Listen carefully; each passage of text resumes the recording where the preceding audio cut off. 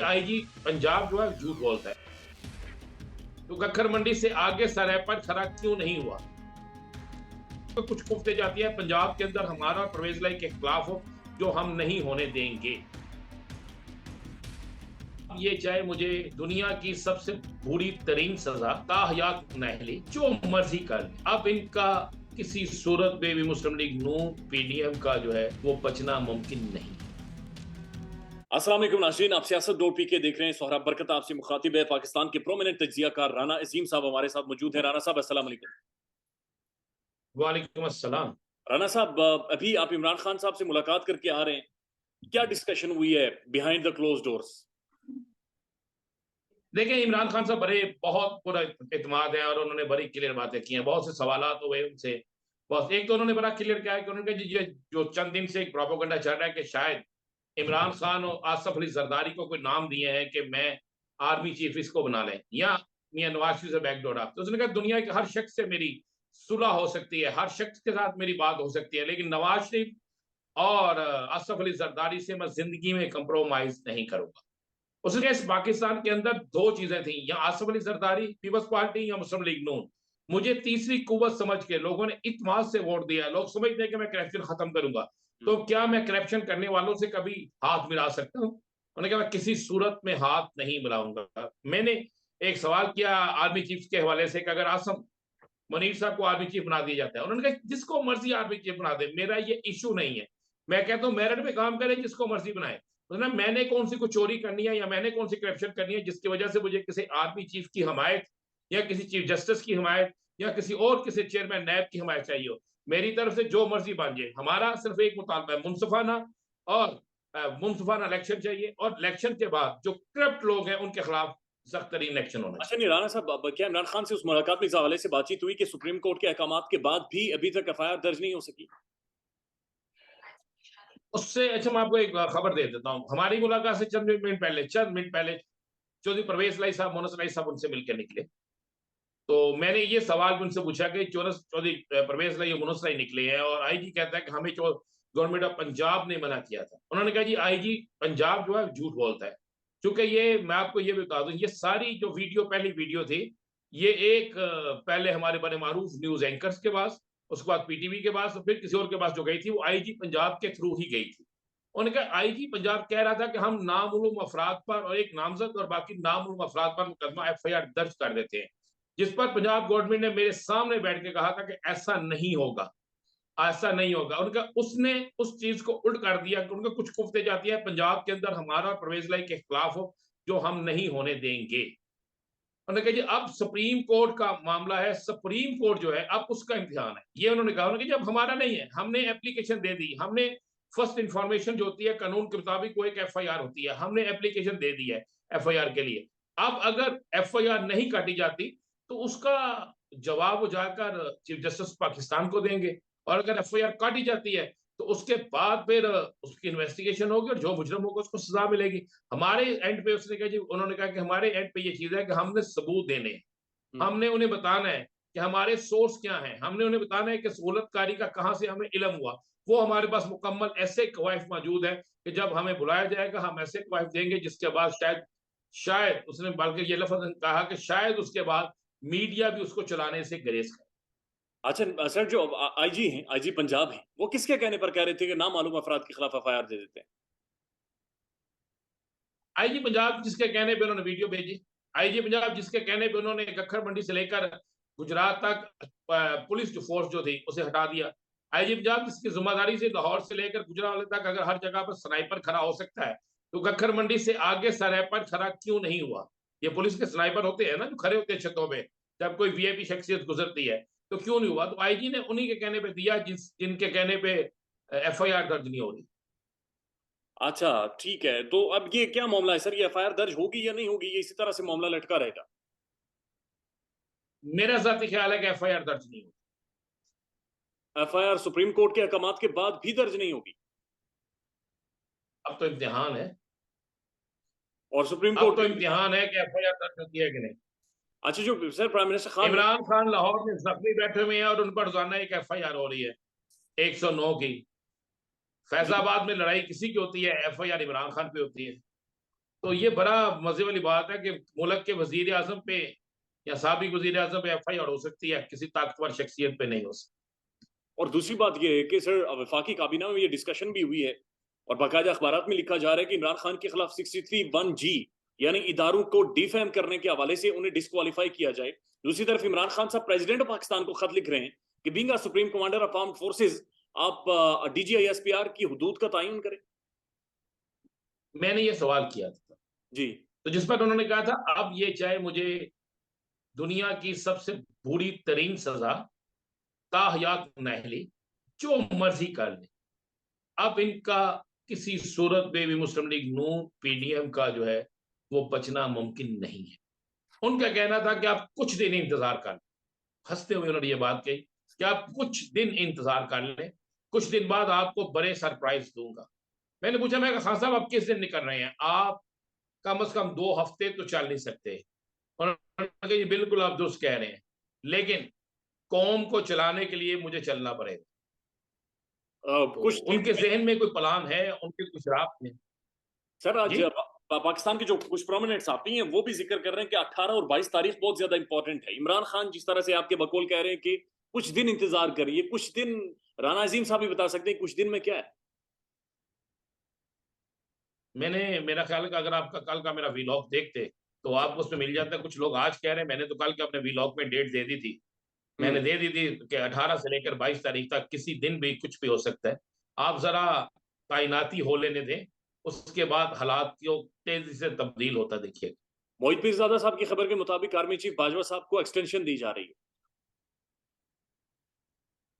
जो भी हो, किसी को एक्सटेंशन दी जाए या कोई नई तैनाती हो, उसके बाद हालात बदल जाए। नहीं, इसके अंदर कोई है सदाकत है या ऐसी कोई खबर या र्यूमर गर्दिश कर रहे हैं मार्केट। ये तो मोहित पीरजादा साहब बता सकते हैं, आप मुझसे मेरी खबर पूछें। ठीक हो गया सर। जो इमरान खान की कल की प्रेस टॉक है वो जो जाहिर है आपने पूरी देखी भी है और मोहित पीरजादा साहब पाकिस्तान में नहीं है, मेरे बड़े भी हैं, मेरे उस्तादों में हैं। मैं पाकिस्तान में बैठा हूँ और आप भी पाकिस्तान में बैठे हैं। राणा साहब हम पाकिस्तान में बैठे हैं और हमने पाकिस्तान में ही बैठना है, हमने इधर ही रहना है और हम इंशाल्लाह, पाकिस्तानी ही हैं। इंशाल्लाह, जी जी जी, ऐसा ही है। अच्छा सर, इंशाल्लाह। मुझे ये कम से कम ये बात हमें क्लियर करें या कम से कम हमें समझाएं कि जो इमरान खान साहब ने कल एक प्रेस कॉन्फ्रेंस की है, शौकत खानम से की है, कोई 22 से 23 मिनट की प्रेस टॉक थी।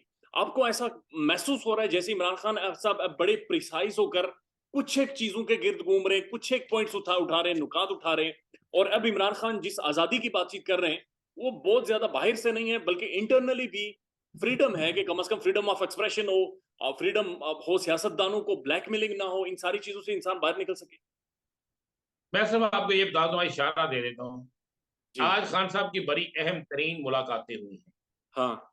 और हो सकता है आने वाले चंद दिन में हम्म। कुछ लोग कई ऐसी पिटीशंस दायर कर दें कि जिन पिटीशंस के दायर होने के बाद हाथ में वक्त के लिए इंतहाई मुश्किल पैदा। मैंने उन मुलाकातों को अपनी आंखों से देखा, उन मुलाकातों में होने वाली गुफ्तगू को अपने कानों से सुना, जिसके बाद मुझे लग रहा है कि आने वाले चंद दिन जो है वह हुकूमत के लिए इंतहाई परेशान कुन दिन होंगे। और किस तरह से उनके लिए परेशानी होगी। देखिए, आप खबर निकलवाना चाहते हैं, यही एक अच्छे सहाफी का काम होता है कि वो खबर निकलवाता है, और आपका ये फन है कि आप खबर निकलवाना चाहते हैं। मैं सिर्फ आपको सिर्फ एक सिंपल सी बात कह दूं कि बहुत से लोग जो खामोश बैठे थे, जो शरीफ खानदान से या PDM से तंग थे, बहुत से लोग थे जिनके अपने उनसे बिछड़ गए थे, लेकिन वो FIR के लिए नहीं जा रहे थे, लेकिन उनकी जुबान नहीं बोल रही थी। हो सकता है आने वाले 2 या 3 दिनों में कई लोग जो है वो खुलकर सामने आ जाएं। कई के लोग ये कहना शुरू कर दें कि जनाब डॉक्टर रिजवान जो है वो उसकी मौत के जुम्मेदार जो है वो हाथ में वक्त है। हो सकता है उनकी फैमिली से कोई आके ये बात कर दे। हो सकता है वो कोई इंस्पेक्टर जो है जिसको कत्ल कर दिया गया था, वो सिर्फ एक किसी की मंजूर नजर खातून जिसके पैसे रोके गए थे, जिसको पकड़ा गया था, उसके बाद हो सकता है अचानक से उसकी फैमिली से कोई बाहर आ जाए। हो सकता है और कई लोग जो मुख्तलिफ केसेस में बेचारे जिंदगी की बाजी हार सकते हैं। हो सकता है मकसूद जिसे दुबई में जिसकी जिंदगी जो बाजी हार गया, उसका कोई करीबी अजीज कोई ऐसा इंकशाफ कर दे, तो फिर आप कहाँ जाएंगे? और आपने खबर लेनी थी, मैंने आपको खबर दे और दी। ये जो हाकिम वक्त है, हाकिम वक्त कौन है? आपने कहा हाकिम वक्त के लिए मुश्किलात पैदा हो जाएंगी, तो हाकिम वक्त कौन है? देख ले, जब भी आप हाकिम वक्त की बात करते हैं, आपकी जुबान जो है ना वो किसी जगह खड़ी हो जाती है। मैं तो सर कमजोर आदमी मैं हूँ। कह रहा हूँ, जब भी आप हाकिम वक्त की बात करते हैं तो आपकी आवाज रुक जाती है। सर मैं आपका इंटरव्यू करते हुए वैसे भी मेरी आवाज थोड़ी सी वो हो जाती है, आगे पीछे हो जाती है। लेकिन सर ये बताएं कि इमरान खान ज़ाहिर है जो मंगल से मार्च शुरू हो रहा है उसमें खुद शिरकत नहीं कर सकते, तो क्या इमरान खान के बगैर क्राउड निकलेगा, आवाम सड़कों पर आएगी? मंगल से मार्च शुरू नहीं हो रहा।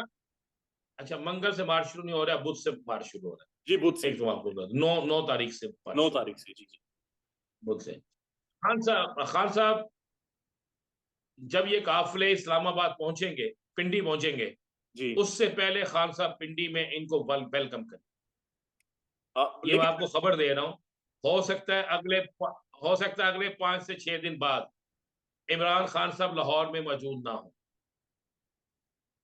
और वो पिंडी इस्लामाबाद आ जाएंगे? वो पिंडी आएंगे, अब पिंडी काफिलों को वेलकम करेंगे। पिंडी काफिलों को वेलकम करेंगे। इमरान खान साहब ने अपनी 8 बड़े काफिले पिंडी आएंगे, 8 के 8 बड़े काफिलों को खान साहब वेलकम कर। जी। इमरान खान साहब ने खास तौर पर 10 से 14 दिनों का जिक्र किया अपनी गुज़श्ता प्रेस टॉक में, कि 10 से 14 दिनों बाद मैं आपका पिंडी में वेलकम करूंगा, पिंडी में खुशामदीद करूंगा। ये इतने स्पेसिफिक डेज और ये तारीखें जाकर वही बन रही हैं सर, 18 और 22 के दरमियान की तारीखें बन रही हैं।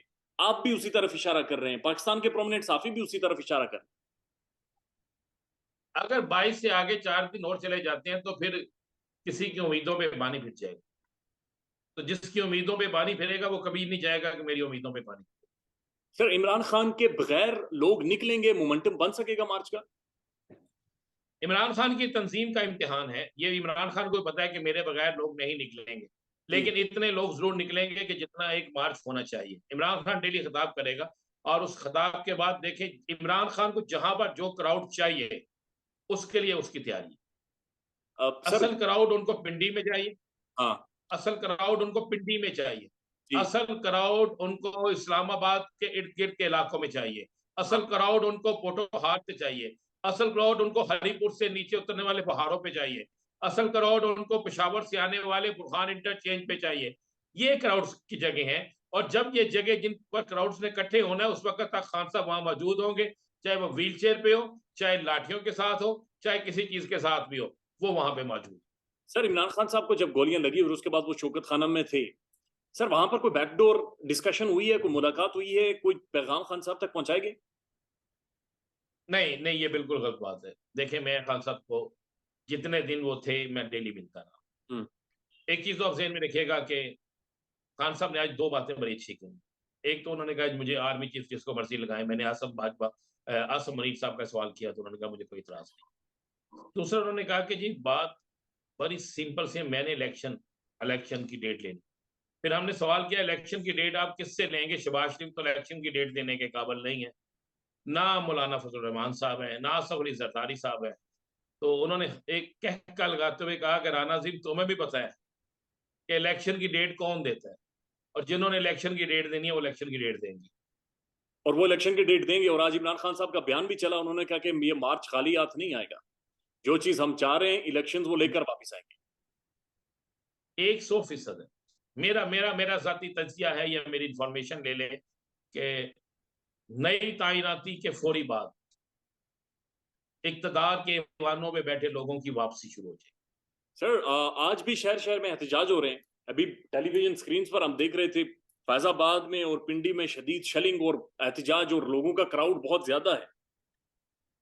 ये सिंबॉलिक कितना ज्यादा एक इम्पैक्टफुल है कि पिंडी में क्राउड जमा हो रहा है। मैं तो आपको कह रहा हूँ कि अब पिंडी जो है ना, पिंडी वो हब बनेगा।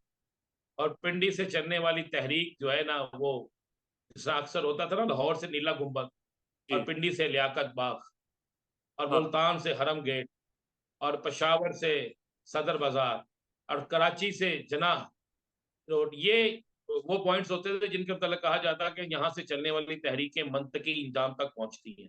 तो अब तहरीक मंतक इंजाम तक जा रही है। बड़ी बड़ी बड़ी सिंपल सी बात है।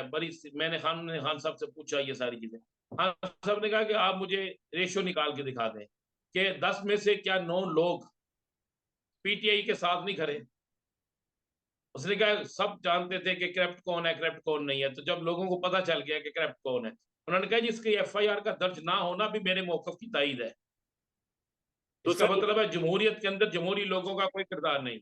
तो सर राणा साहब एक आखिरी तजिया देते हैं, क्या ये चीज पॉसिबिलिटीज हैं कि अभी अगर एफआईआर दर्ज नहीं होती, इमरान खान की गवर्नमेंट आ जाती है, हुकूमत बन जाती है, ये एफआईआर बाद में किसी भी टाइम दर्ज हो सकती है?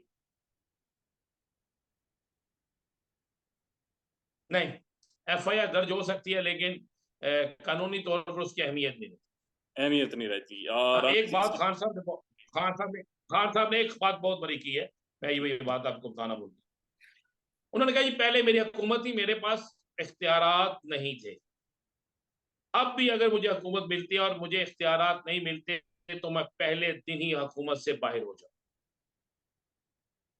ठीक हो गया। अब सर आजम सवाती साहब का जो मामला है वो एक बड़ी अहमियत की का हामिल बन गया है।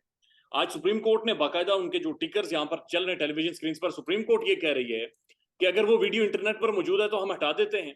मामला बहुत ही पेचीदा है। तो आप क्या समझते हैं कि ये मामला पेचीदा है या आजम सवाती गले की हड्डी बन गया बहुतों के लिए? आजम सवाती गले की हड्डी बन गए और आने वाले चंद दिनों में कुछ और लोग गले की हड्डी बनेंगे जो मैंने आपको इशारा दिया है। इंतजार तो करें। अच्छा ठीक। अगर फिल्म के स्टार्ट में ही आपको नजर आ जाए, फिल्म के स्टार्ट में नजर आ जाए, ट्रेलर जब चले कि पूरी फिल्म ये है, तो लोग फिल्म ना देखें, ट्रेलर देखकर घर चले जाएं। यार चले फिल्म के जाएगा। अंदर गाने भी होते हैं, फिल्म के अंदर बड़ा सस्पेंस भी होता है, देखें तो सही। बहुत ये शुक्रिया। सियासत की फिल्म चल पड़ी है, देखें। थैंक यू जी, वक्त देने के लिए शुक्रिया। थैंक यू राणा साहब। अल्लाह हाफिज। Thank you sir.